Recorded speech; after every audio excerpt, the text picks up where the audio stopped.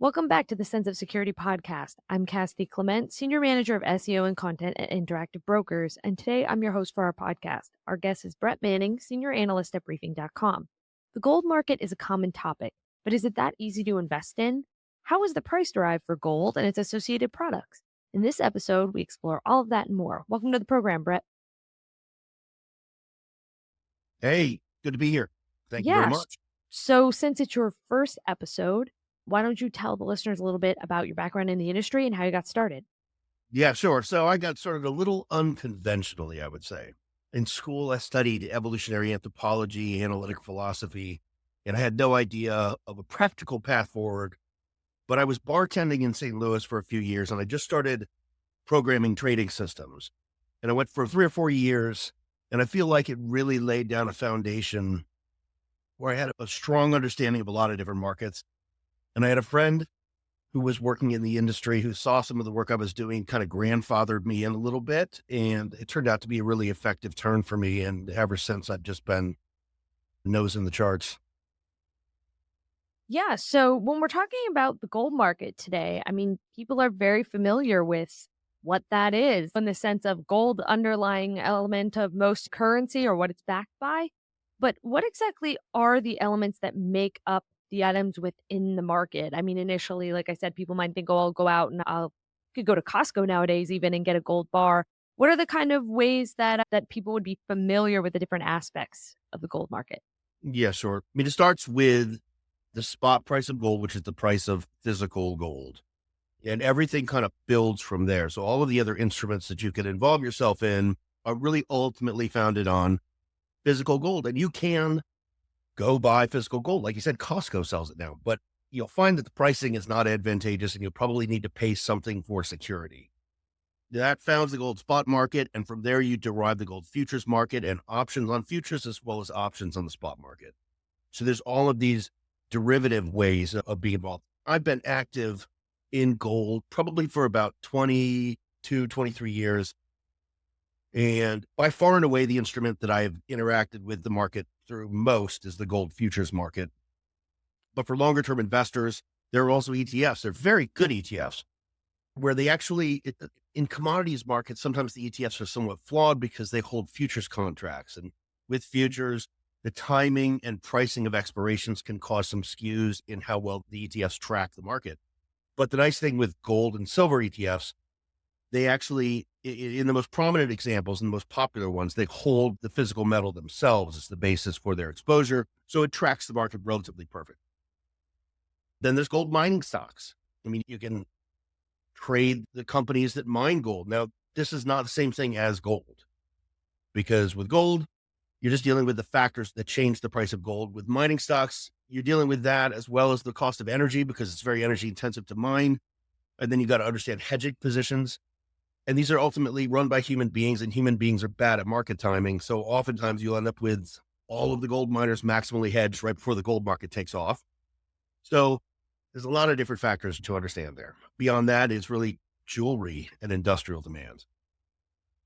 Yeah, there's a lot of, I guess you can say, early acknowledgement for a lot of people, whether it was learning around the holidays. Oh, you see a bunch of gold jewels or jewelry or something of that nature for sale, or you start to see things like I mentioned, the Costco element, or maybe you start to hear about them in an ETF or maybe futures. But I guess a lot of people might say, okay, well, I recognize initially where I've heard of gold or gold in the market, but how exactly can I gain exposure through a financial security? Like, where can I buy these items? Initially, you start to think about the direct examples, as I said earlier, but what are the ways or the areas that people can kind of go or find some of these securities or items? Well, I mean, so in my experience, and everybody's going to have a different take on this, and this is really up to you, the listener, the individual. I don't think there's any need to stock up on physical gold. Again, your pricing on any unit of gold is going to be worse, and you're going to have to probably pay for some kind of security if you want any kind of large exposure. You can imagine scenarios where it would be advantageous to have physical gold, really the sort of the worst possible existential risk scenarios for society. So you put on your tinfoil hat a little bit. When you see that in recent years we've had pandemics, maybe even pathogens created in a lab. Who knows how many are out there? nationalism, we've got invasions. You can kind of get there in your mind if you want to. And if that's what you're interested in protecting against with a gold investment, then you probably do want bullion.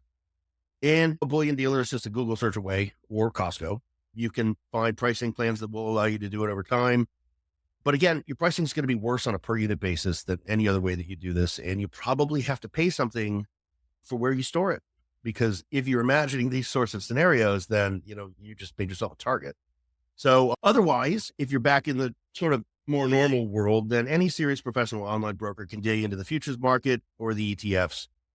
As I said, I participate mostly in the futures markets, but the ETFs in this space are good, particularly good because you don't get cut by those contango curves in the futures market. So you don't end up tracking poorly. And as for the gold miners, ETFs are good as well. But again, it's important to understand that you've got to differentiate between an investment in gold and an investment in gold miners, which have different characteristics. Yeah, there's a few elements there definitely to explore per investment item or security item. The main thing I think that a lot of people get hung up on, especially when you're talking about the gold market in a general sense, is how the price exactly is derived because it can be different depending on what the item is or the security. So how exactly is the price derived? Are there certain factors that impact it or is it kind of operating independently? So this is where the gold market is the most interesting market. And one of the reasons why I've traded it a lot. Being a more technically minded trader, it's most interesting from that perspective. I mean, you could say the spot price of gold and basic supply and demand is the cause of the price of gold going up or down on any given day or over a period of time. Obviously, but that's not exactly adding information to what we're dealing with here. Any of the different instruments that we talked about, the supply and demand for those, in theory, has a pass-through effect on the price of gold.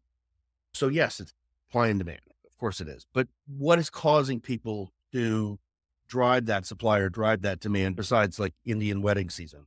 You could say the two big ones would be risk of some really bad stuff happening on the one hand and longer term inflation expectations that they're well above where they should be. Those are kind of the two standard ways to look at this. And then you've got different ways to predict when those types of things are happening. Obviously, geopolitical stuff. If an invasion of something, you're going to see the price of gold spike. Doesn't mean civilization's coming to an end, but it's a precursor with some small probability assigned to it. Or let's say you see the Fed is forcing an inverted curve on interest rates. So you see negative real rates, and negative real rates tends to have a very strong association with this because in theory, over time, negative real rates should lead to an increase in longer term inflation expectations. So those are kind of the standard answers for this, but I'm going to say I really don't buy any of that after doing this for so long. I've seen enough cycles to know that all of these factors can be lined up in a particular way, and you see one outcome in gold, and then the next cycle, they're all lined up in the exact same way, and you see the opposite outcome in gold. In reality, in my experience, the psychological and technical drivers are the most important drivers for gold because it's very difficult, if you think about it, to make an absolute fundamentally driven price target for gold. It's extremely difficult, probably more difficult than any other market because really its economic value is much, much lower. So it's already skating on top of that. It would be $100 an ounce if it was just in terms of how it's consumed as something in the economy rather than stored as an investment. So it's that other part of it that accounts for the other few $1,000s per ounce that's really moving it around. And I would just say, do a thought experiment in your mind.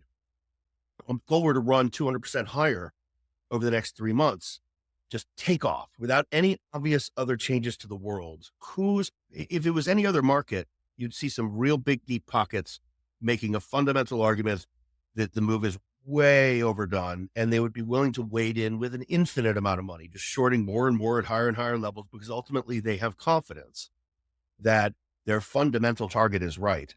But nobody's going to do that in the gold market. You're not going to step in front of that because, hey, maybe it'll go 200% more than that because you really don't understand how to calculate its price target. So that lead to, in my opinion, one of the most interesting markets to trade, to be involved in, to be engaged in, simply because everybody else at the poker table doesn't understand where it's going either. you're not subordinate to institutional players. Right. There's definitely influences on gold and the market similar to securities, but there is, or traditional securities, but there's definitely the element of market sentiment and supply and demand coming together with a little bit of ambiguity. And then the sense of this is where we get into more traditional securities, where you start to look at it from an undervalued versus overvalued scenario.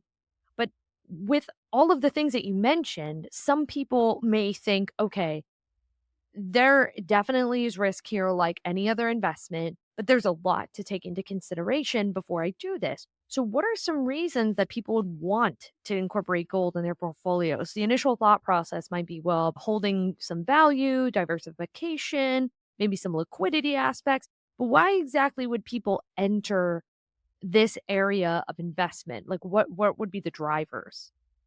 I would say as a hedge for the things that we talked about, like the sudden escalation of geopolitical tensions, maybe you immediately reduce as that's happening because very few of those instances follow through because it would be the end of the world. Basically, if a geopolitical situation ends up fomenting a long-term gold bull market, it's a bad situation.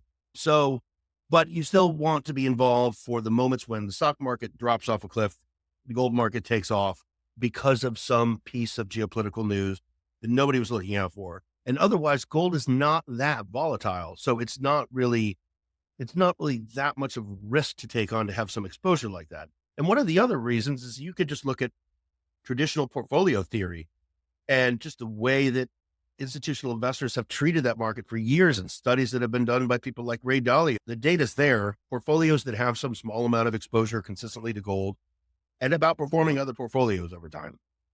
If you look at very long-term timeframes.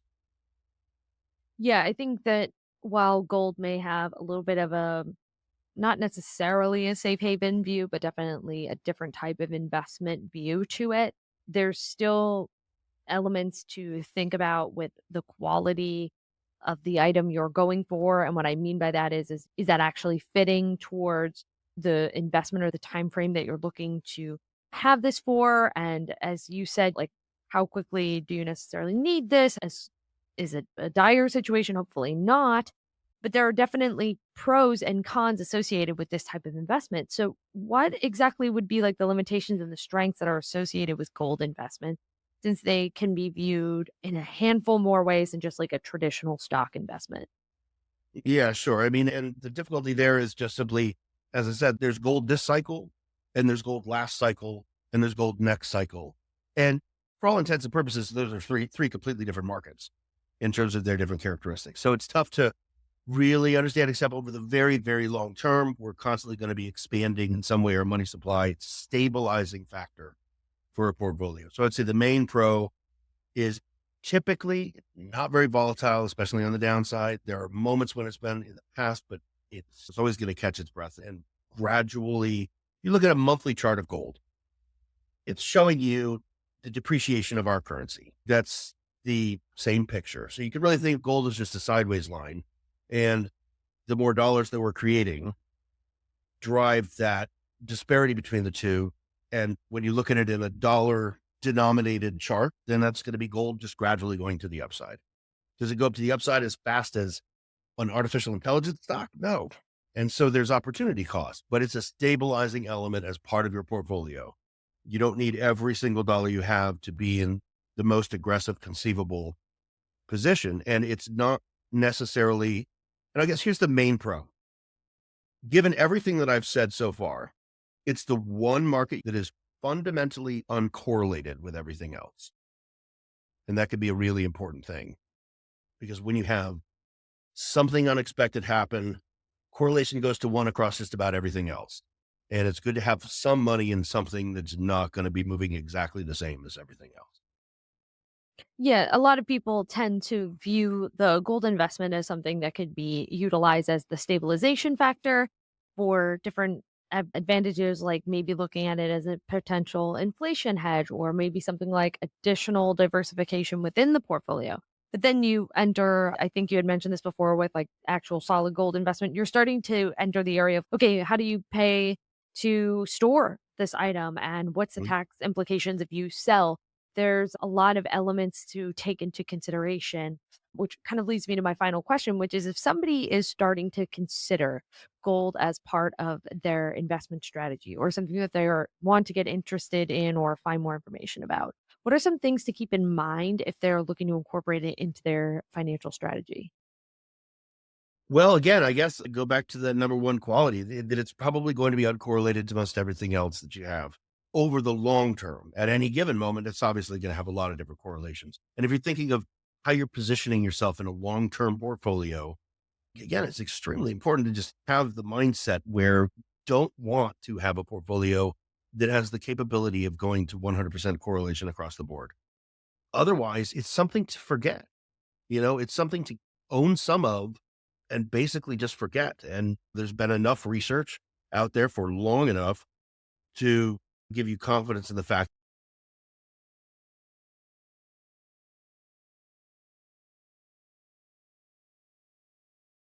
you have different factors in play, and having an uncorrelated stabilizing factor that rises when the worst possible news hits is a good thing to have involved.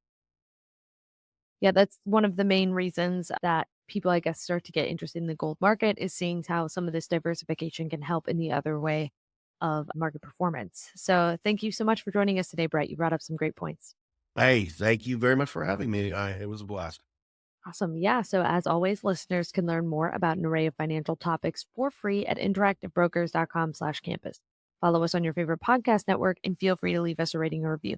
Thanks for listening, everyone. The analysis in this material is provided for information only and is not and should not be construed as an offer to sell or the solicitation of an offer to buy any security.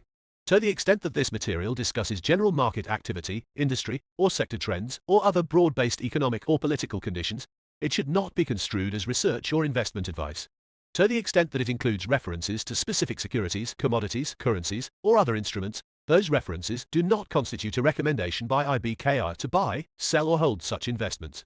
This material does not and is not intended to take into account the particular financial conditions, investment objectives, or requirements of individual customers. Before acting on this material, you should consider whether it is suitable for your particular circumstances, and, as necessary, seek professional advice. Futures are not suitable for all investors. The amount you may lose may be greater than your initial investment. Before trading futures, please read the CFTC risk disclosure. A copy and additional information are available at ibkr.com. Any discussion or mention of an ETF is not to be construed as recommendation, promotion, or solicitation. All investors should review and consider associated investment risks, charges, and expenses of the investment company or fund prior to investing. Before acting on this material, you should consider whether it is suitable for your particular circumstances, and, as necessary, seek professional advice. U.S. spot gold trading through IB LLC accounts is only available to legal residents of the United States that do not reside in Arizona, Montana, New Hampshire, and Rhode Island.